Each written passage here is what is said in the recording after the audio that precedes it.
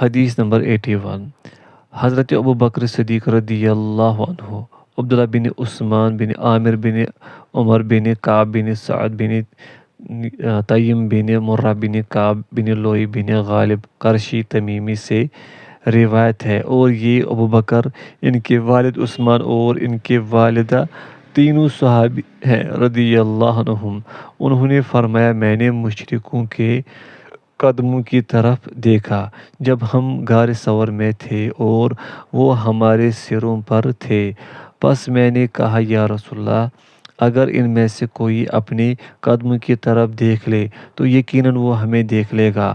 آپ نے فرمایا، اے ابو بکر، ان دو کے ساتھ تمہارا کیا گمان ہے کہ جن کا تیسرا اللہ ہو، یعنی ہم دو ہی نہیں بلکہ تیسرا ہمارے ساتھ اللہ ہے، اور جن کے ساتھ اللہ ہو ان کا کوئی کیا بگاڑ سکتا ہے۔ بخاری مسلم۔ فوائد۔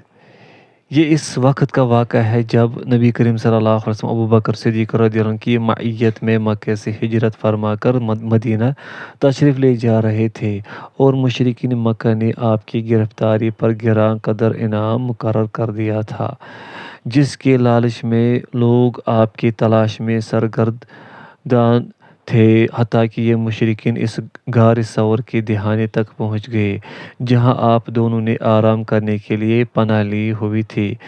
اس میں بھی رسول اللہ صلی اللہ علیہ وسلم کی شجاعت و بے خوفی، اور آپ کا اللہ پر بے پناہ اعتماد و توکل کا، اور اللہ کی اپنی خاص بندوں کی مدد اور دستگیری کا بیان ہے۔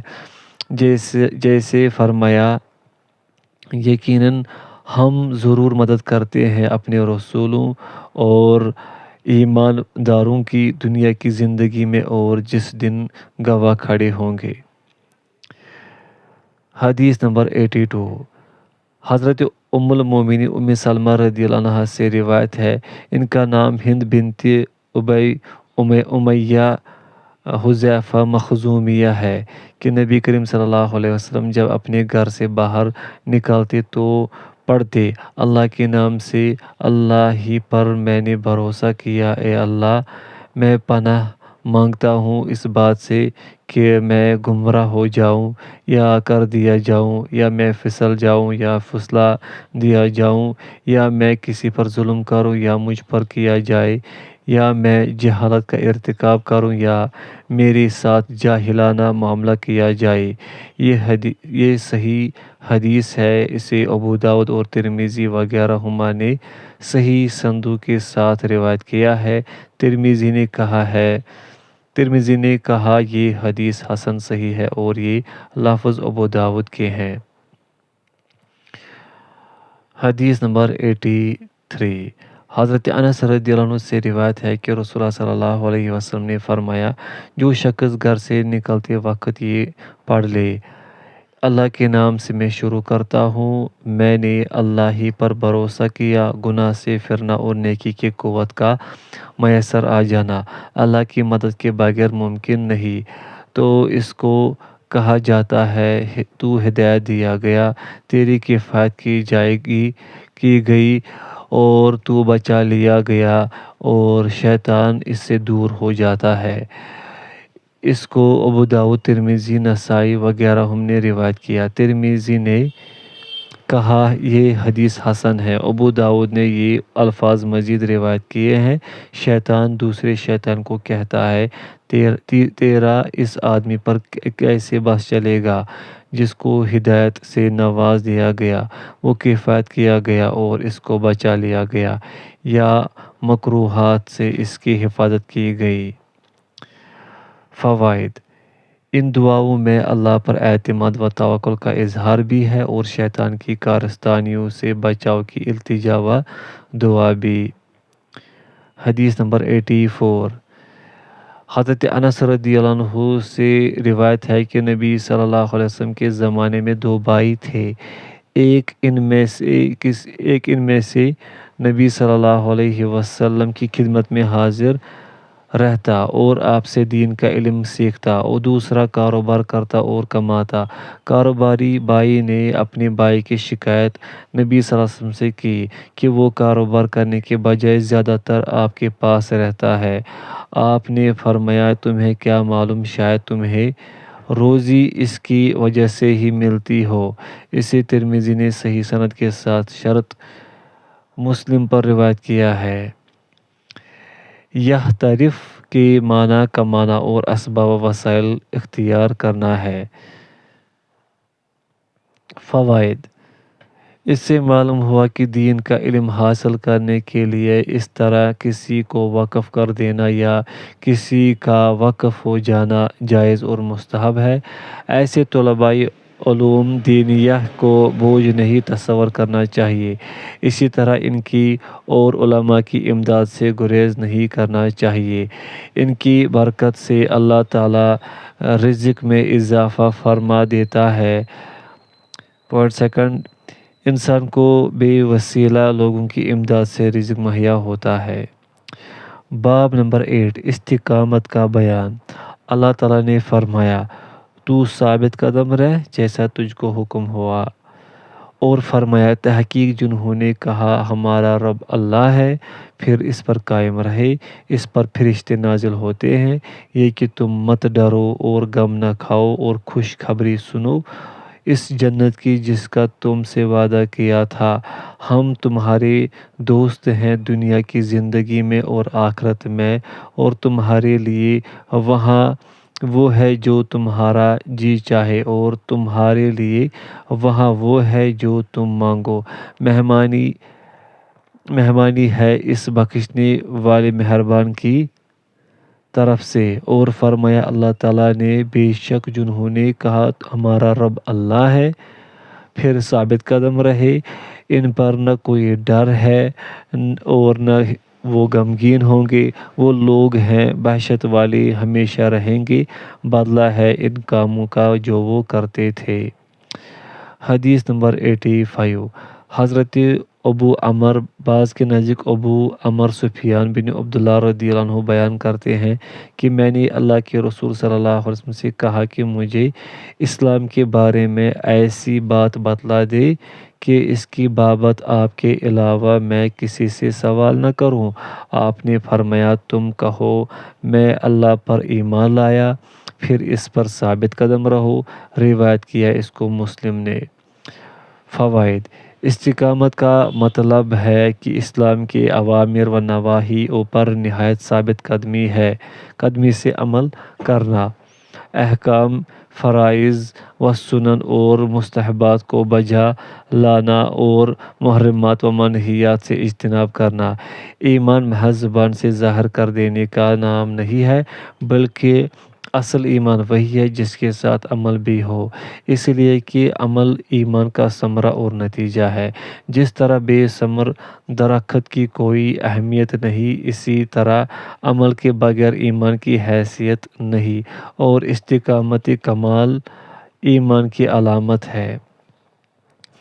حدیث نمبر 86، حضرت ابو ہریرہ رضی اللہ عنہ سے روایت ہے کہ رسول اللہ صلی اللہ علیہ وسلم نے فرمایا اعتدال کی راہ اختیار کرو اور سیدھے رہو، اور یہ بات جان لو کہ تم میں سے کوئی شخص صرف اپنے عمل سے نجات نہیں پائے گا۔ صحابہ کرام رضی اللہ عنہم نے عرض کیا یا رسول اللہ آپ بھی نہیں؟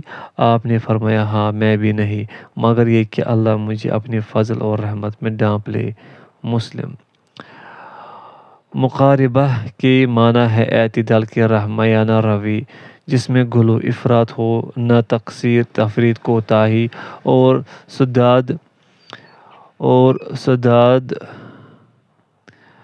سداد کے معنی ہے استقامت اور درستی۔ یتغمدنی مجھے پہنائے اور ڈھانپ لے۔ علماء نے کہا ہے استقامت کے معنی ہے اللہ کی طاعت و فرما برداری کا اہتمام کرنا۔ انہوں نے کہا یہ جوامع الکلم میں سے ہے، یعنی ان جامع کلمات میں سے جن میں الفاظ کم سے کم ہیں اور معانی و مطالب بہت زیادہ، اور معاملات کا نظم ان سے وابستہ ہے۔ وباللہ التوفیق۔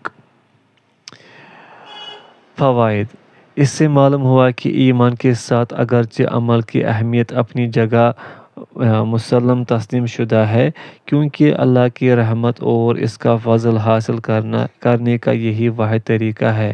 تاہم تمام اعتماد صرف عمل پر ہی نہیں ہوتا چاہیے، کیونکہ عمل کسی کوتاہی کی وجہ سے، جس کا ہمیں علم بھی نہ ہو، برباد بھی ہو سکتا ہے۔ اس لیے عمل کے ساتھ یہ دعا بھی کی جائے کہ ہمارا عمل بارگاہ الہی میں قبول ہو جائے اور وہ ہمیں اپنے دامن رحمت میں ڈھانپ لے، اور ہر عمل میں اخلاص نصیب ہو، کہ اخلاص کے بغیر بڑا سے بڑا عمل بھی مردود ہے۔ باب نمبر 9: اللہ تعالیٰ کی عظیم مخلوقات میں غور و فکر کرنے کا دنیا کے فنا ہونے، آخرت کی ہولناکیوں اور دنیا و آخرت کے تمام امور کا، نفس کی کوتاہی اور اس کی اصلاح و تہذیب، اور اس کو استقامت پر آمادہ کرنے کا بیان۔ اللہ تعالیٰ نے فرمایا: میں تم کو ایک ہی بات کی نصیحت کرتا ہوں کہ تم اٹھ کھڑے ہو اللہ کے نام پر، دو دو، ایک ایک، پھر غور و فکر کرو۔ اور فرمایا: بے شک آسمان و زمین کی پیدائش میں اور رات اور دن کے آنے جانے میں عقل مندوں کے لیے نشانیاں ہیں۔ وہ جو یاد کرتے ہیں اللہ کو کھڑے بیٹھے اور کروٹ پر لیٹے، اور غور و فکر کرتے ہیں آسمان و زمین کی پیدائش میں، کہتے ہیں ہمارے رب، تو نے یہ عبث نہیں بنایا، تو پاک ہے۔ الآیہ۔ اور فرمایا: اللہ تعالیٰ نے کیا وہ اونٹوں کی طرف نہیں دیکھتے کہ کیسے وہ بنائے گئے، اور آسمان کی طرف کہ کیسے وہ بلند کیے گئے، اور پہاڑوں کی طرف کہ کیسے وہ کھڑے کیے گئے، اور زمین کی طرف کہ کیسے وہ بچھائی گئی۔ بس تو سمجھائے جا کہ تیرا کام تو یہی سمجھانا ہے۔ اور فرمایا: کیا وہ زمین میں چلے پھرے نہیں کہ دیکھے۔ اور اس باب میں بہت آیات ہیں اور احادیث میں سے سابقہ حدیث ہے۔ القیس من دان نفسہ، دیکھیے باب المراقبہ۔ باب نمبر 10: نیکیوں کی طرف جلدی کرنے اور طالب خیر کو اس بات پر آمادہ کرنے کا بیان کہ وہ نیکی کو بغیر کسی تردد کے پوری توجہ اور محنت کے ساتھ اختیار کرے۔ اللہ تعالیٰ نے فرمایا: پس نیکیوں کی طرف جلدی کرو، اور فرمایا: اور جلدی کرو اپنے رب کی مغفرت اور جنت کی طرف، جس کی چوڑائی آسمان و زمین ہے، تیار کی گئی ہے پرہیزگاروں کے لیے۔ اس موضوع سے متعلق احادیث درج ذیل ہیں۔ حدیث نمبر 87: حضرت ابو ہریرہ رضی اللہ عنہ سے روایت ہے کہ رسول اللہ صلی اللہ علیہ وسلم نے فرمایا: نیک اعمال کرنے میں جلدی کر لو، ایسے فتنوں کے آنے سے پہلے جو شب تاریک کے مختلف ٹکڑوں کی طرح یک کے بعد دیگرے رونما ہوں گے۔ صبح کو آدمی مومن ہوگا اور شام کو کافر، شام کو مومن ہوگا تو صبح کو کافر۔ وہ اس طرح کی اپنے دین کو دنیا کے معمولی سامان کے عوض بیچ دے گا۔ صحیح مسلم۔ فوائد: اس میں خبر دی گئی ہے کہ قیامت کے قریب پے در پے فتنوں کا ظہور ہوگا۔ فتنوں کی کثرت کی وجہ سے لوگوں کی نظروں میں دین و ایمان کی کوئی حیثیت باقی نہیں رہے گی۔ دنیا حاصل کرنے کی دوڑ لگی ہوگی، حتیٰ کہ دنیاوی مفادات کے لیے اپنے دین و ایمان کا سودا کرنے میں بھی کوئی تأمل نہیں ہوگا، بلکہ صبح و شام ان کے روپ بدلیں گے۔ چنانچہ ان بہروپیوں کی آج کثرت ہے، جو صبح کچھ ہوتے ہیں، شام کو کچھ۔ کسی کو دین و ایمان پر استقامت نصیب نہیں الا ماشاء اللہ۔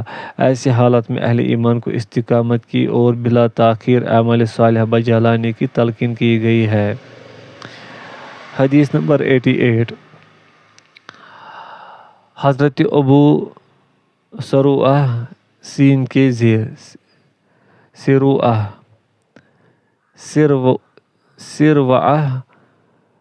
اور زبر کے ساتھ عقبہ بن حارث رضی اللہ عنہ بیان کرتے ہیں کہ میں نے نبی کریم صلی اللہ علیہ وسلم کے پیچھے مدینے میں عصر کی نماز پڑھی۔ پس آپ نے سلام پھیرا اور نہایت تیزی سے اٹھ کھڑے ہوئے اور لوگوں کی گردنیں پھلانگتے ہوئے اپنی بیویوں میں سے کسی کے حجرے کی طرف تشریف لے گئے۔ لوگ آپ کے اس تیز رفتاری سے گھبرا گئے۔ تھوڑی دیر کے بعد آپ واپس تشریف لائے تو آپ نے دیکھا کہ لوگ آپ کی اس تیز رفتاری پر تعجب کر رہے ہیں۔ آپ صلی اللہ علیہ وسلم نے فرمایا، مجھے یاد آیا کہ ہمارے پاس گھر میں سونے یا چاندی کی ڈلی کا ایک حصہ ہے۔ مجھے یہ بات اچھی نہیں لگی کہ یہ ڈلی مجھے اللہ کی یاد سے روک دے اور کسی اور طرف مشغول کر دے، اس لیے میں نے جلدی جا کر اس کو تقسیم کرنے کا حکم دیا۔ بخاری اور بخاری ہی کے ایک اور روایت میں ہے، میں پیچھے گھر میں صدقے کی ایک ڈلی چھوڑ آیا تھا تو میں نے اسے رات کو اپنے گھر رکھنا پسند نہیں کیا۔ التبر، سونے یا چاندی کے ٹکڑے۔ فوائد: انسان کو اپنے پاس ایسی چیز نہیں رکھنی چاہیے کہ جس کی وجہ سے اس کی توجہ اللہ سے ہٹ کر اس کی طرف ہو جائے۔ پوائنٹ سیکنڈ، عام حالات میں لوگوں کی گردنیں پھلانگ کر آنا جانا اگرچہ ناپسندیدہ ہے، لیکن خاص حالات میں جبکہ کوئی ضرورت اس کی داعی ہو تو ایسا کرنا جائز ہے۔ حدیث نمبر 89۔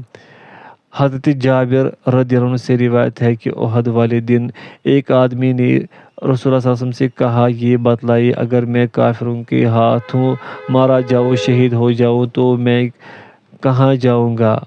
آپ نے فرمایا، جنت میں۔ پس اس نے اپنے ہاتھ میں موجود کھجوریں پھینک دی، پھر نہایت بے جگری سے لڑا حتیٰ کہ وہ شہید ہو گیا۔ بخاری مسلم۔ فوائد: اس میں صحابہ کرام رضی اللہ عنہم کی شوق شہادت اور شہادت کا بدلہ جنت ہونے کا بیان ہے، نیز یہ کہ جو صدق دل سے شہادت کا طالب ہوتا ہے، اللہ تعالیٰ اسے ضرور اس شرف و فضل سے سرفراز فرماتا ہے۔ حدیث نمبر 90۔ حضرت ابو ہریرہ رضی اللہ عنہ سے روایت ہے کہ ایک آدمی نبی کریم صلی اللہ علیہ وسلم کے پاس آیا اور سوال کیا کہ یا رسول اللہ صلی اللہ علیہ وسلم، کون سا صدقہ اجر کے اعتبار سے بڑا ہے؟ آپ نے فرمایا، تیرا اس وقت صدقہ کرنا جبکہ تو صبح تندرست و توانا ہو، مال کی حرص دل میں ہو، خرچ کرنے سے تجھے فقر کا اندیشہ اور اپنے پاس جمع رکھنے سے تونگری کی امید ہو، اور تو صدقہ کرنے میں تاخیر نہ کر، یہاں تک کہ جب روح گلے تک پہنچ جائے تو کہے فلاں کے لیے اتنا، فلاں کے لیے اتنا، جبکہ وہ فلاں وارث کا ہو چکا۔ حکم بخاری و مسلم۔ حلقوم سانس کی گزرگاہ، المرئی کھانے پینے کی گزرگاہ۔